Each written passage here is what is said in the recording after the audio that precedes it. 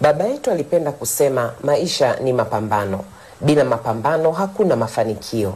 Hata kitabu alichoandika kuhusu maisha yake kinaitwa Maisha ni Mapambano, na alitujengea msingi wa ujasiri, usawa kwa wote na utu. Hakuna usawa na utu bila kuhakikisha kila mtu anaishi kwa haki sawa. Ndio maana alituambia hakuna mtu wa hali ya chini au ya juu, sisi sote ni sawa.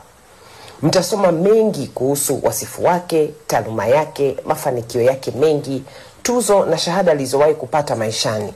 Lakini sisi tuna bahati ya kumjua kama baba, mlezi na mwalimu wetu wa maisha. Tulishuhudia kwa karibu hata baada ya kazi alivyoendelea kujali watu aliokutana nao. Hakuna mtu aliyewahi kukutana naye mwenye shida ambaye hakujaribu kumsaidia, iwe kumtafutia nafasi ya masomo au kazi, tiba au ushauri tu wa maisha. Hakuwahi kuwa tajiri wa mali, lakini alikuwa tajiri wa watu na mahusiano. Na leo hii uwepo wenu hapa ni ushuhuda wa utajiri wake wa upendo na heshima aliyojijengea katika jamii. Tunawashukuru wote kwa upendo wenu. Kitu kingine muhimu alichotujengea baba ni kuwa na imani na hofu ya Mungu na kuwa mwaminifu maishani.